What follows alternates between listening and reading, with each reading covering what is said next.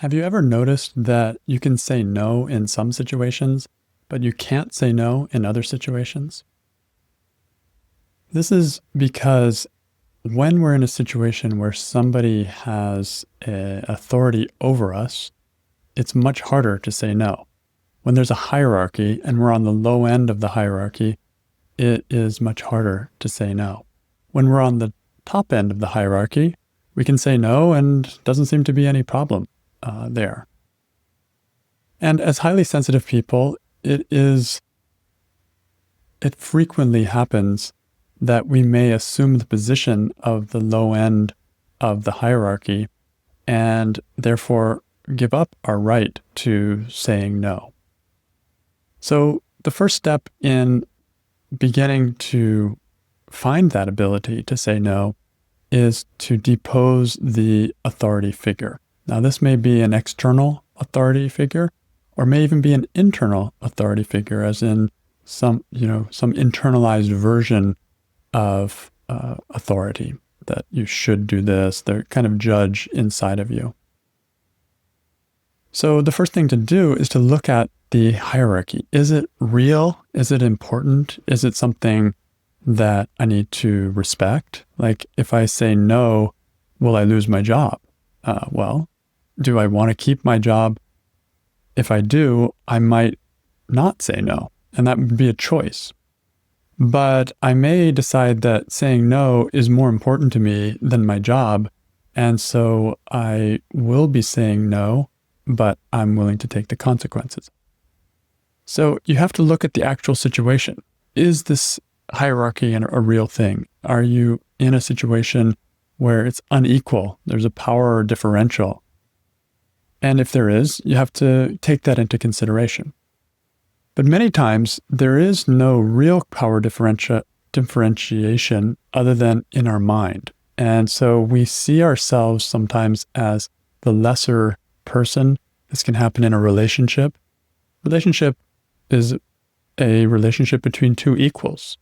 And if I think my partner has more power than me or has more authority than me, then it's going to be very hard for me to actually say no.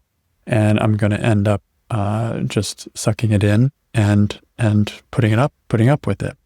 But the problem with that is that it creates a lot of anger. It creates a lot of suppressed energy, and it can eventually blow up. And then in a way, we say no, but it's too late. Like, we're saying in a way that it can't even be received. And then you just get into an argument and it kind of goes nowhere. And then the cycle can repeat itself. So how do you depose this authority figure? One thing that can help is to look at the beliefs that you have. If it's not an actual differential of power, look at what you're believing that may be making it feel like there is that kind of differential. It could be a thought like, he is more important than me, or I don't want to make waves. Peace is more important to me than saying no. These are beliefs that, when we hold them, can make us assume the position of lesser power and not treat ourselves as equals, and therefore not be able to say no in a very effective way. So recognizing those beliefs, yours may be different. So take some time, journal a little bit, find what you're believing about the inequality of power here, and see what those thoughts actually are. And then you can take those thoughts to inquiry. You can question them. I love to use the work of Byron Katie, 4 questions and turnarounds. And it's a great way to bring space into an area where I was so sure that it was one way, and it opens that up. So this can be a really important first step to coming out of this feeling of powerlessness, feeling of lesser than, and it can open up the possibility for saying no in a real way. Another way that you can depose the authority figure is to not go into justifying or trying to convince them or trying to wrestle for control or trying to prove that you're good or right. These ways of saying no end up in a lot of discussion, and they basically hold the same stance of this person is still the authority, and I'm supplicating them. I'm asking them for permission to say no.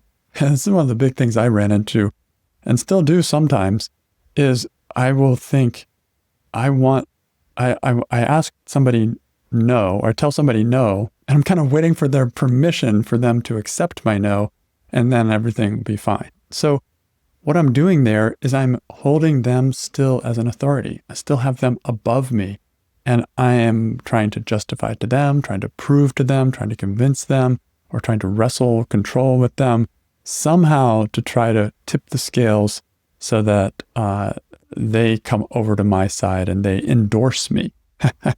It's like I need them to sponsor my no. And of course, it's ridiculous when we talk about it, but in my experience, that's what actually is going on. I'm still engaged with this differential of power. I'm still making them the authority figure. I'm giving my power to them. And so, of course, I can't say no. I can't say any real kind of no because I've given all my power away. So the next thing that can help when learning how to say no or practicing how to say no is to look at yourself. Look at your innocent desire. I'm saying no for a reason because I want to do something. I don't want to do something. Doing this other thing is going to interfere with something else that I want to do more, or it's just not resonating with me. There's something innocent in me. There's an experience inside of me. And when I listen to that, when I really look at that, there's a solidity to that. There's a realness to it. Even though it's subjective and even though it's internal, this is where I actually stand. This is where I'm actually located. And so if I can find that and be aware of that and nurture that, then this is where my own authority starts to come in. Because nobody knows me better than I know myself. No one can be an authority on what I feel, on what I experience, what I see to be true. No one can do that because no one can be that close to me. No one can be that inside of me. So if I pay attention to my innocent desire, my innocent my innocent intelligence inside, then it starts to bring in a new kind of strength. It starts to bring me into the party as someone with a certain kind of authority. And suddenly I do have the authority to say no. And it's not that I'm trying to control other people with my no. I'm just trying to control myself, my world, my business. And so when you look at your truth and you experience it and hold it, it becomes stronger. Even if it's an inconvenient kind of truth that other people may not like, the more I sit with it and pay attention to it and hold it, the more that I can express that in a way that can be heard and in a way that even if it isn't heard, I can still act on. So this brings up the third way or third step, you could say, of saying no in a way that doesn't cause overwhelm and fear. And that is to look at what could happen if I say no. And what are my fears about that? What's the worst that could happen? If I say no, what's going to happen? And that is a scary thing. That's often the very important reason why I can't say no. And especially as highly sensitive people, this is something that stops us. We don't like people to be angry with us. We don't like people to be hurt. We don't like to cause any kind of ruffle on people's experience. And so what are those thoughts in your situation? What are you believing will happen? What are you afraid will happen? And you can do, again, You can make a list of these kinds of thoughts, like, I can't handle it if they get angry, or I don't want them to get angry. And there may be others. So whatever it is in your situation, look for those fears. What are they? Write them down.